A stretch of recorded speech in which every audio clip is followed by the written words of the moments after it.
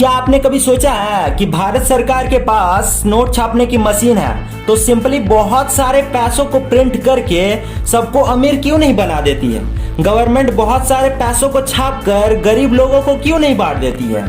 बहुत ही इंटरेस्टिंग सवाल है दोस्तों। जब हम लोग पैसे के बारे में सोचते हैं तो मेटल से बने गोल गोल सिक्कों को और मैजिकल नोटों को, जिससे हम लोग कुछ भी खरीद सकते हैं, उसको इमेजिन करते हैं। बट जब मनी यानी पैसा नहीं था तब लोग कैसे खरीदते थे?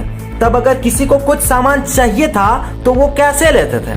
आपको जानकर हैरानी होगी कि आज से करीब 4000 साल पहले कोई मनी एग्जिस्ट नहीं करता था, और जब मनी नहीं थी तब इंसान बार्टर सिस्टम का यूज करते थे।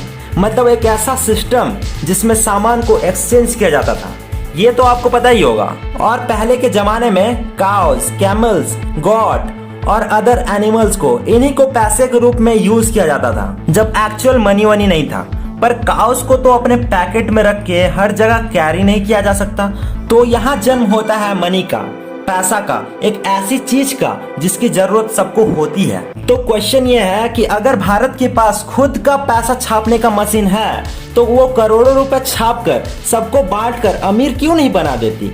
तो आंसर सुनिए। अगर गवर्नमेंट करोड़ों रुपए को प्रिंट करके सबको करोड़पति बना दी तब सब कोई करोड़पति बन गया, ठीक है? सबके पास 10-10 करोड़ रुपए हैं। इंडिया के 139 करोड़ आबादी में सबके पास 10-10 करोड़ रुपए आ गए। तो अब सवाल यह है कि अमीर कौन है? सबके पास तो 10-10 करोड़ रुपए हैं, तो अमीर कौन है? अब अमीर वो हुआ जिसके पास 1000 करोड़ रुपए हो। मतलब पैसा का जो क्वांटिटी है वो तो बढ़ गया, पर अब 10 करोड़ का वैल्यू कम हो गया, क्योंकि अब सभी के पास ही 10 करोड़ रुपए हैं। मतलब क्वांटिटी बढ़ा पर उसका वैल्यू नहीं बढ़ा। तो अब इमेजिनरी सिचुएशन ये है कि मान लो इंडिया में 30 लैम्बोर्गिनी कार है फॉर सेल और सबके पास 10 करोड़ रुपए आ गए हैं। फिर लैम्बोर्गिनी कार का दाम असल में 1000 करोड़ तक चला जाएगा, क्योंकि 10 करोड़ रुपए सभी के पास आ गए हैं। तो अब उसे वही खरीद सकता है जिसके पास 1000 करोड़ रुपए हो।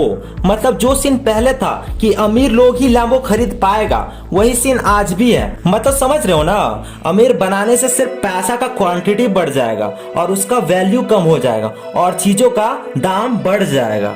मतलब बात बराबर है। इसलिए पैसा प्रिंट करके बांटना कोई सेंस नहीं बनाता। जितना गुना नोट छापा जाएगा उतनी महंगाई बढ़ते जाएगी और बात बराबर ही होगी। यहाँ पे एग्जाम्पल के तौर पे ये नहीं कहा जा रहा है कि मनी को प्रिंट करना बैड आइडिया है, बल्कि इतिहास में ऐसे कई एग्जाम्पल्स हो चुके हैं जो ये दिखाती है कि मनी को प्रिंट करना एक बैड आइडिया ही नहीं बल्कि बहुत ही ज्यादा बैड आइडिया है। समय में पीछे चले तो साल 1946 में हंगेरी नाम के एक देश, जो कि पैसा प्रिंट करने के मामले में इतिहास का सबसे खराब मामला साबित हुआ। एक देश में 23 से 24 साल बाद चीजों का दाम डबल होता है, पर हंगेरी में हर 15 घंटे में चीजों का दाम डबल हो रहा था। हंगेरी का करेंसी जो था वो था पैंगो।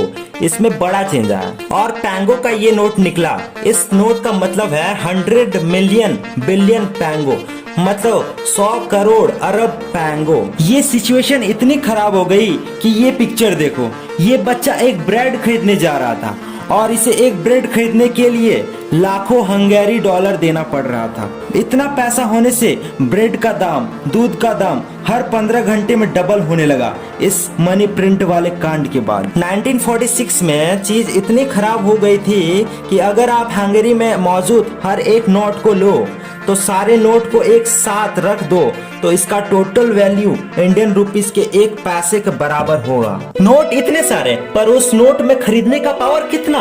ये होता है मनी प्रिंट करने से। और इसलिए सरकार जो है गरीबी, बेरोजगारी या पैसे से रिलेटेड कोई भी प्रॉब्लम को पैसा छाप कर सॉल्व नहीं कर सकती, बल्कि कंट्री को हर तरह से ग्रो करके कर सकती है। एक बहुत ही फेमस बात है कि अगर पैसे पेड़ पर उगते हैं तो उसका वैल्यू जो होता है वो पत्तों के बराबर होता है। वीडियो को लाइक, शेयर एंड कमेंट जरूर करना और चैनल को सब्सक्राइब करके बेल आइकन जरूर ऑन कर देना, क्योंकि मैं इसी तरह के इंटरेस्टिंग कंटेंट आपके लिए हर 2 दिन में लाता रहता हूँ।